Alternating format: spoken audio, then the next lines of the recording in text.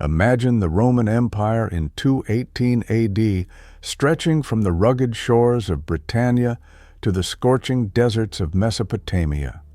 A vast network of roads connected thousands of miles, markets teemed with goods from every corner of the known world, and mighty legions held at bay, peoples barely aware of the colossal machine of power that was Rome.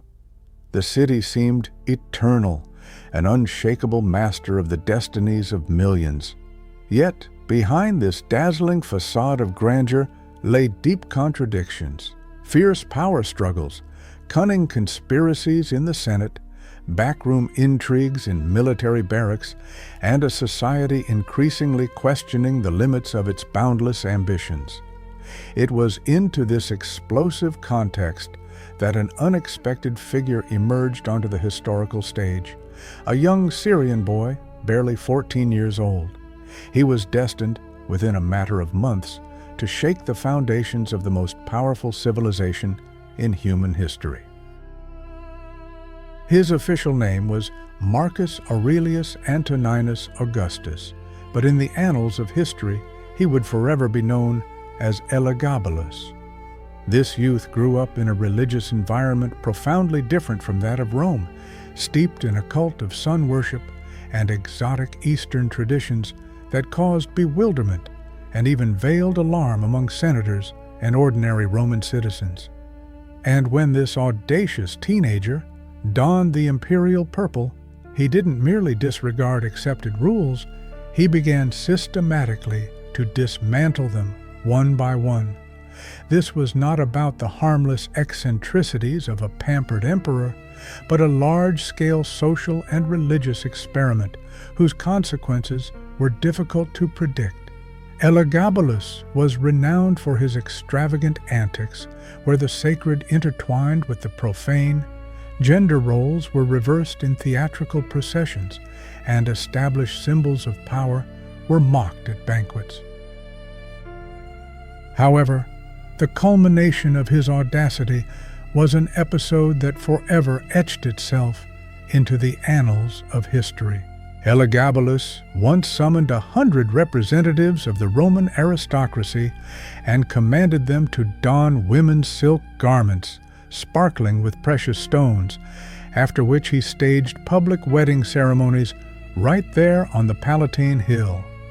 Imagine senators, equestrians, descendants of ancient patrician families, parading through the streets of Rome, transformed into actors in a spectacle that astonished the crowd.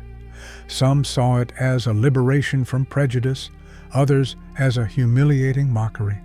For some, it was a sacred ritual, for others, an unforgivable insult. But who was this young emperor who dared so provocatively to flout the moral norms of his era?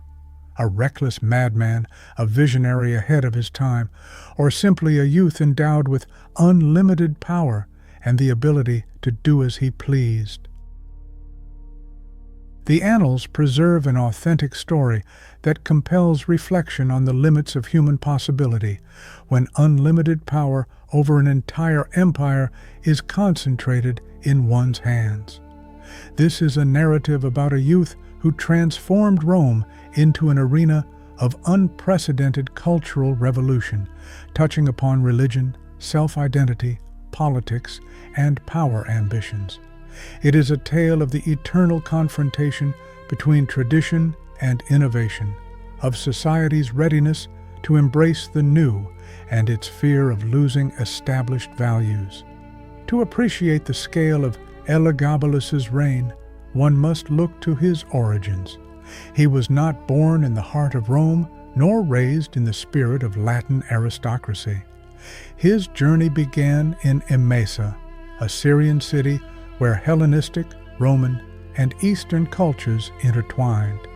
Here, Greco-Roman temples coexisted with local cults that many Romans found exotic and alien. Elagabalus, born Varius Avitus Bassianus, hailed from a noble family. His mother, Julia Soaemias, and grandmother Julia Maesa were direct descendants of the influential Severan dynasty, linking him by blood to Roman emperors. His father, Sextus Varius Marcellus, held a high position in the Roman administration, yet it was the spiritual heritage of his family that most influenced young Elagabalus. At the very heart of ancient Emesa grew a boy whose destiny was inextricably linked with the sun god Elagabalus. From the cradle, he was prepared to become a priest of this revered deity, whose cult was centered around a sacred black stone symbolizing divine presence. The rituals of Elagabalus, full of chants, dances, and vibrant attire, sharply contrasted with the restraint of Roman religious traditions, causing Romans bewilderment and even condemnation due to their extravagance and perceived immorality. Whilst young scions of the Roman elite honed their skills in rhetoric, jurisprudence, and military affairs, Elagabalus immersed himself in mystical ceremonies where sensuality and spirituality intertwined. From an early age, he perceived power not as the burden of civic responsibility, but as a sacred act. However, the fate of this young priest was to change under the influence of his grandmother, Julia Maesa's ambition and cunning. Following the tragic death of Emperor Caracalla, the Roman legions were fragmented, and it seemed the Severan dynasty was nearing its end. It was at this moment that Julia Maesa saw in her grandson the perfect instrument for her goals. Elagabalus, a youth with imperial blood, possessed the charisma to charm the troops and was skilled in religious rituals. Julia convinced the Syrian legions that this teenager was not only the legitimate heir to the throne, but also Caracalla's secret son. A lie, artfully spun and convincingly presented, became a powerful political tool. Thus, at the mere age of 14, Elagabalus was proclaimed emperor by the Eastern legions, opening a new chapter in the history of the Roman Empire. Elagabalus's ascension was for Rome not just a change of power, but a clash of two irreconcilable worldviews: conservative Roman tradition and opulent Eastern religiosity. This historical context is of paramount importance for understanding the extraordinary reign of the young emperor, who from the very first days of his rule went against the established customs of his predecessors. He saw the throne not as a continuation of the Caesar's dynasty, but rather as a platform for the imposition of a new worldview, where personality, faith, and power merged into a single entity. When the legions proclaimed Elagabalus emperor in 218 AD, many Romans believed he would be just another puppet in the hands of experienced advisors. However, they were profoundly mistaken. From the very beginning of his triumphant procession from Syria to Rome, the new ruler demonstrated that he had no intention of following the beaten path. His arrival in the capital was staged as a meticulously directed spectacle, replete with symbolism. Amongst the untold riches, legionaries and courtiers stood out an object unusual to the Roman eye, a conical black stone embodying the sun god Elagabalus. This stone was for the emperor not merely a talisman, but the embodiment of divine presence on earth. Its appearance in Rome signified something more than just a coronation. It was an open confrontation between the traditional Roman cult and an alien deity that now claimed dominance in the very heart of the empire. During stops in Antioch, Nicomedia, and other major cities en route to Rome, Elagabalus staged lavish ceremonies that astonished the gathered public. Dressed in silk robes, richly adorned with gold embroidery, the young emperor danced ecstatically in honor of the sun, accompanied by Eastern musicians, exotic incense, and melodic chants in unfamiliar languages that the Roman legionaries could barely comprehend. It was a spectacle both captivating and unsettling. Historical chronicles attest that the legionaries, despite their bewilderment, could not tear their eyes away from the proceedings. The young emperor seemed to radiate a certain magnetism. He appeared simultaneously as priest, monarch, god, and man. It seemed that everywhere he appeared, Rome was preparing to witness something utterly unprecedented. When Elagabalus finally arrived in the Eternal City in the summer of 219 AD, the contrast with expectations was stark. Rome had heard of emperors who, despite some eccentricities, still observed certain traditions, wearing the toga, offering sacrifices to Jupiter, adhering to solemn Senate protocol. However, Elagabalus, from the very first days of his rule, shattered all these established notions.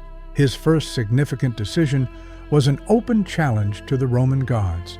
He ordered the construction of a magnificent temple in honor of Elagabalus on the Palatine Hill, directly opposite the temple of Jupiter, Optimus Maximus, the supreme god of Roman mythology. In majestic Rome, a new edifice emerged, a temple erected in honor of the Syrian sun god. This was not merely an architectural creation, but a stark political and spiritual statement. The young Syrian dared to elevate his god above the powerful Roman deities. For the Senate and noble patricians, this was unheard of heresy. For the common people, a captivating spectacle, and for Elagabalus himself, merely the beginning of a reign that would go down in history, not for its caution, but for its audacious boldness. Thus began a period of profound cultural upheaval.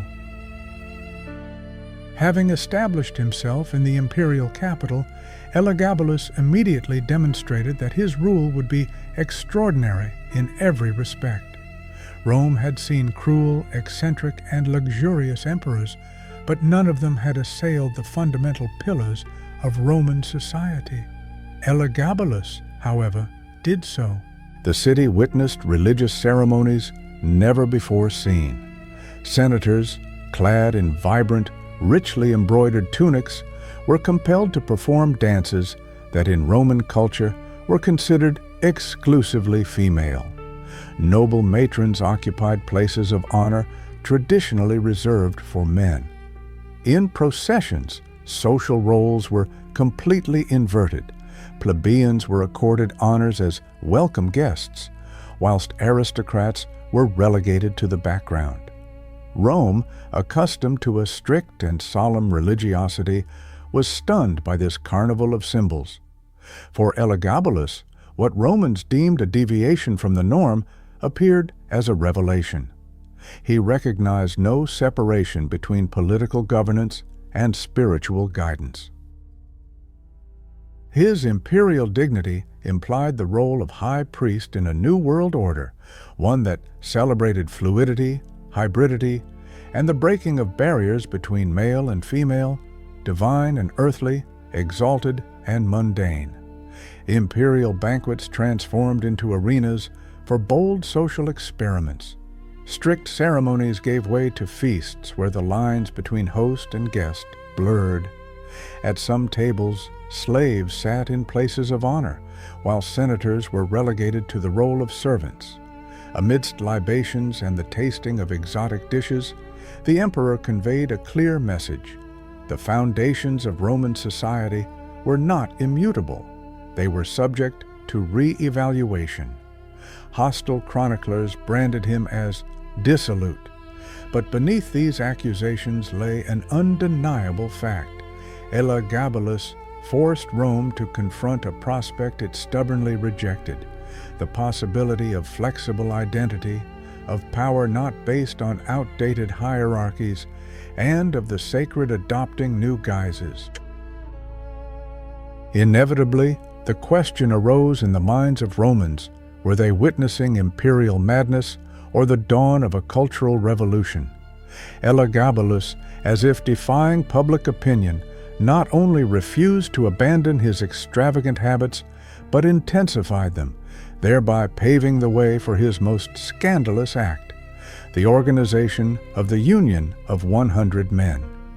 In 221 AD, Rome, which had witnessed countless spectacles, from grandiose coronations to bloody gladiatorial contests and lavish feasts, was stunned by the impending event conceived by Elagabalus.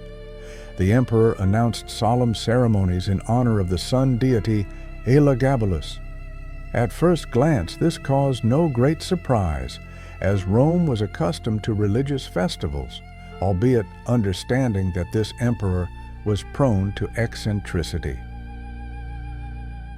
However, it soon became known that something truly extraordinary was being prepared this time. 100 representatives of the Roman aristocracy were to participate in a ritual that trampled upon all ancient traditions. The selection of participants was no accident.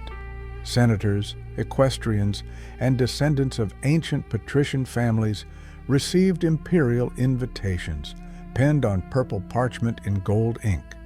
Refusal to participate was considered an act of treason. Everyone understood that this was not merely an invitation, but a command veiled as a high honor. For several weeks, the Palatine transformed into a veritable creative laboratory, where talented artisans from Syria, Persia, and even distant India toiled to create garments previously unseen in the Roman world. Bright silk tunics, richly adorned with symbols of the sun and moon, pearls, sparkling gemstones, and golden ribbons, came into being.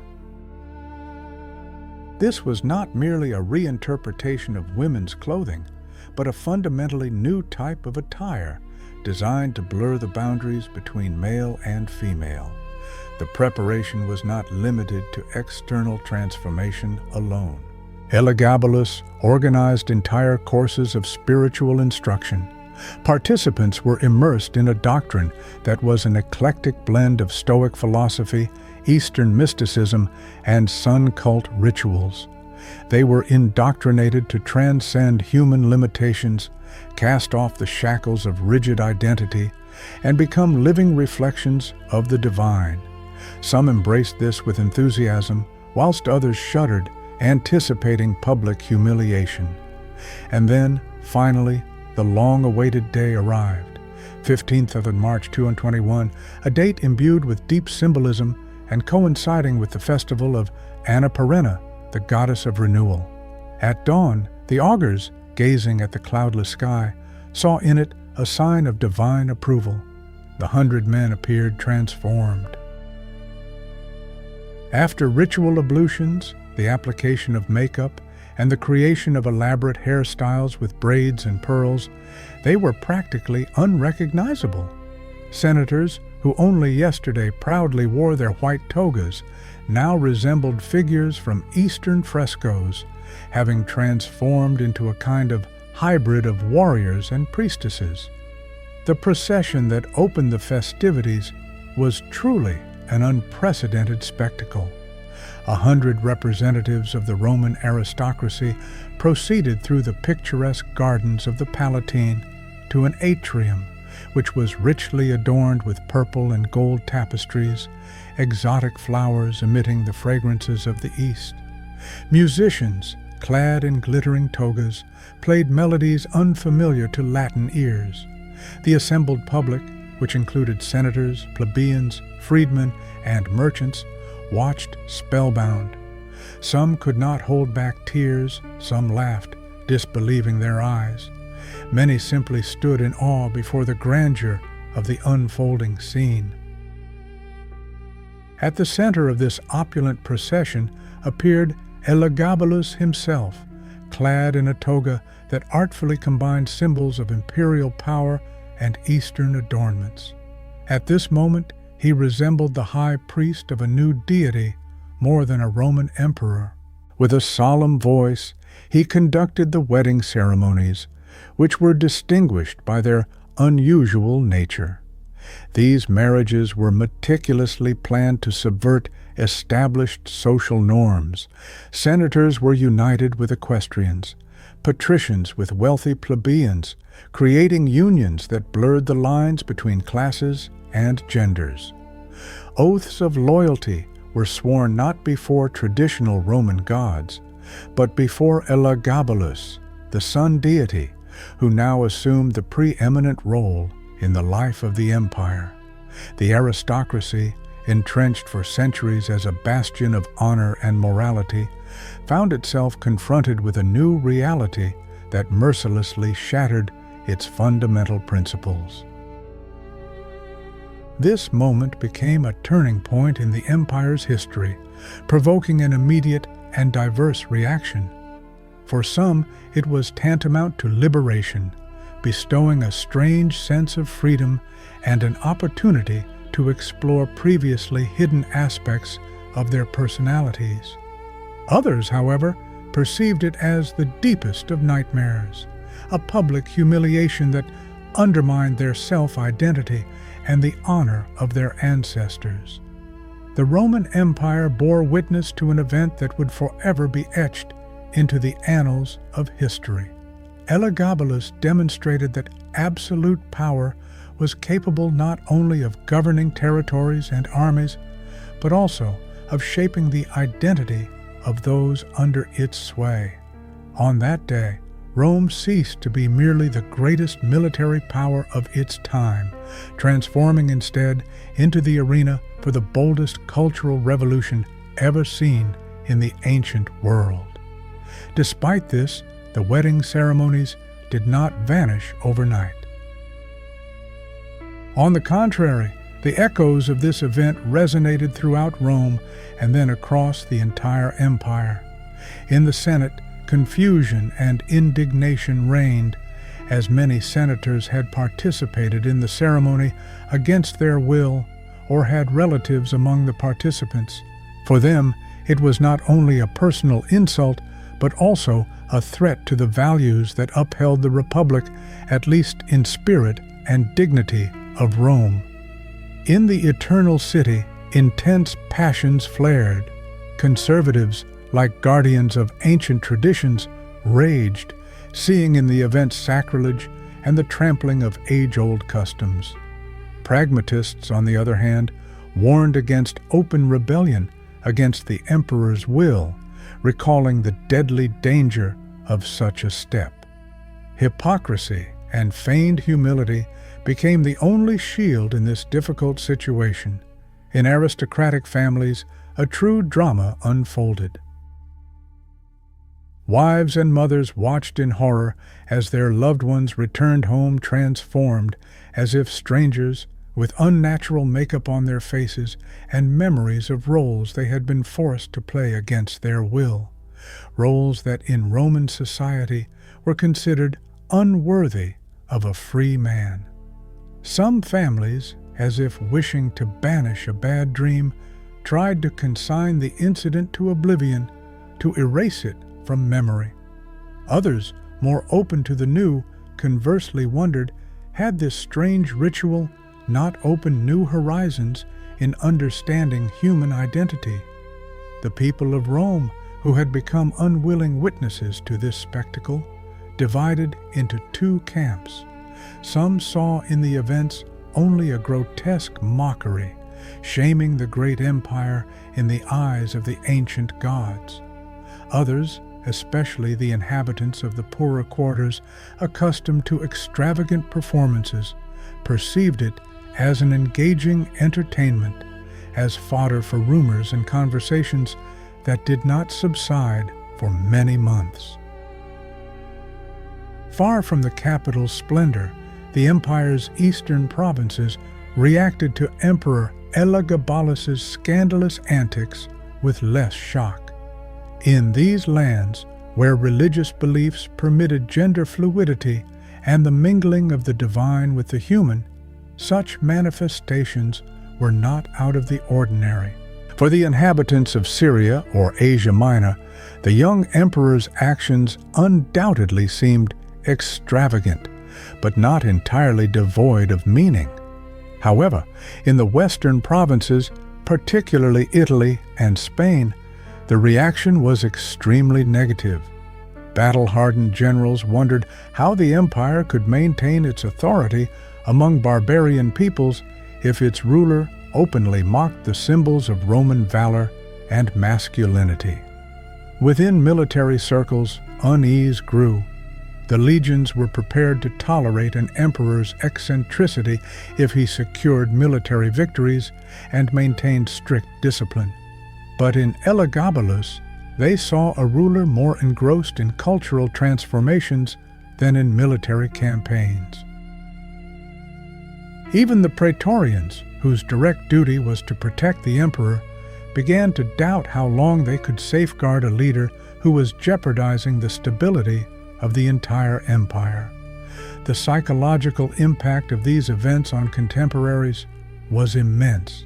Some experienced an unexpected sense of freedom and began to incorporate feminine elements into their lifestyles. Others, conversely, underwent a profound identity crisis, which led to social isolation and loneliness. This episode became not merely a political event, but a deep psychological wound for Rome. With each new ceremony, with every provocative act, Elagabalus seemed to push the empire closer to a dangerous precipice. It became evident that the young emperor's adversaries would not hesitate to unite and strike back. Elagabalus's audacious antics plunged Rome into a profound crisis. What the young emperor perceived as spiritual and social renewal was, for members of the Senate, military commanders, and adherents of ancient traditions, a tangible threat to their very existence. The aristocracy felt trampled upon, the Senate was fractured, and a smoldering resentment grew within the army ranks. The young ruler, it seemed, remained oblivious to the gathering storm, continuing to devise new rituals, reforms, and bold challenges to established societal norms. In the eyes of conservative Romans, every one of his actions was a blatant disregard for public sentiment, eroding the empire's grandeur. Even the Praetorians, tasked with protecting the emperor's person, felt an increasing threat to their own safety and standing with each passing day of Elagabalus's reign. By 222 AD, tension reached a critical point. Even members of the emperor's own family, who had once placed him on the throne, began to conspire against him. Julia Maesa, Elagabalus's grandmother and the very woman who had masterfully manipulated the legions to place him on the throne, realized that the experiment with her grandson had gone too far. She genuinely feared that Elagabalus's continued rule would lead to the downfall of the Severan dynasty and the loss of her family's power. A cold and calculated plan materialized. Julia Maesa redirected the support of the Praetorian Guard towards her other grandson, Alexander Severus, a more compliant young man who represented the conservative and respectable alternative that Rome so desperately needed. The fatal hour struck for Elagabalus. On 11th March 222 AD, the Praetorian Guard, the very force meant to protect the emperor, turned against him, ambushing him. He was barely 18 years old. The unlimited power that had allowed the young ruler to disregard traditions and provoke the displeasure of the Roman elite proved powerless against the thrust of a dagger guided by palace conspirators. As a result of a well-planned plot, intertwining political ambitions and a thirst for revenge for desecrated cultural values, he was brutally murdered along with his mother. The mutilated body of the young emperor was displayed for desecration to the enraged mob. He was dragged through the streets of the Eternal City amidst a hail of insults and spittle, and then cast into the murky waters of the Tiber, a fate reserved only for the most despised criminals and traitors. The Senate, that bulwark of Roman statehood, issued a decree of damnatio memoriae, the damnation of memory. Elagabalus's name was to be erased from the annals of history, his images destroyed, and all mention of him wiped from the face of the earth, as if he had never existed. Paradoxically, however, this severe measure failed to consign his figure to complete oblivion. His reign was simply too vivid and extravagant, his religious ceremonies too unconventional, and his reforms too radical to be simply expunged from human memory. Attempts to erase his name only intensified interest in his extraordinary personality, eventually transforming him into a legendary figure. Thus ingloriously ended the life of a young emperor who dared to challenge mighty Rome and its age-old traditions. The downfall of this ruler was devastating, yet his legacy, like an ominous shadow, continued to linger in the annals of history for centuries. After the monarch's demise, Rome made desperate attempts to erase Elagabalus from human memory. His name was consigned to damnation, his images were destroyed, and his reforms were annulled. However, despite all efforts, his image never fully vanished from collective memory. Even the procedure of damnatio memoriae proved unable to destroy the influence of an emperor who, in just 4 years of his rule, managed to turn the foundations of the most powerful empire of the time upside down. Today, almost 2 millennia later, his personality still sparks heated debates in academic circles. For some researchers, Elagabalus is a prime example of the catastrophic consequences that absolute power can unleash when a young man, knowing no boundaries or limitations, equates his personal whims with the destiny of an entire civilization. Others, however, consider him a visionary ahead of his time, a person who dared to challenge established notions of gender, sexuality, and religion in a world where a rigid hierarchy prevailed. Irrespective of moral judgments, Elagabalus's story reveals a universal truth. Power possesses immense potential for societal transformation, but at the same time, it can become a destructive force if it knows no bounds. Elagabalus was a striking embodiment of this paradox. The history of Emperor Elagabalus's reign, which unfolded almost 2 millennia ago, continues to evoke genuine interest and resonates in the modern world. The ceremonies he conducted, his break with established traditions, and his blatant provocations raise questions that remain pertinent today. How far can society go in its quest to reevaluate its foundations? Where does that fine line lie between individual freedom and collective stability? Was Elagabalus merely a reckless madman, or can he be considered a misunderstood visionary who was ahead of his time? The Roman Empire attempted to consign his name to oblivion, but Elagabalus's story proved surprisingly resilient. In remembering him, we realize that the desire for diversity, a rebellious spirit, and a thirst for change are not merely modern phenomena. They have accompanied humanity throughout its history.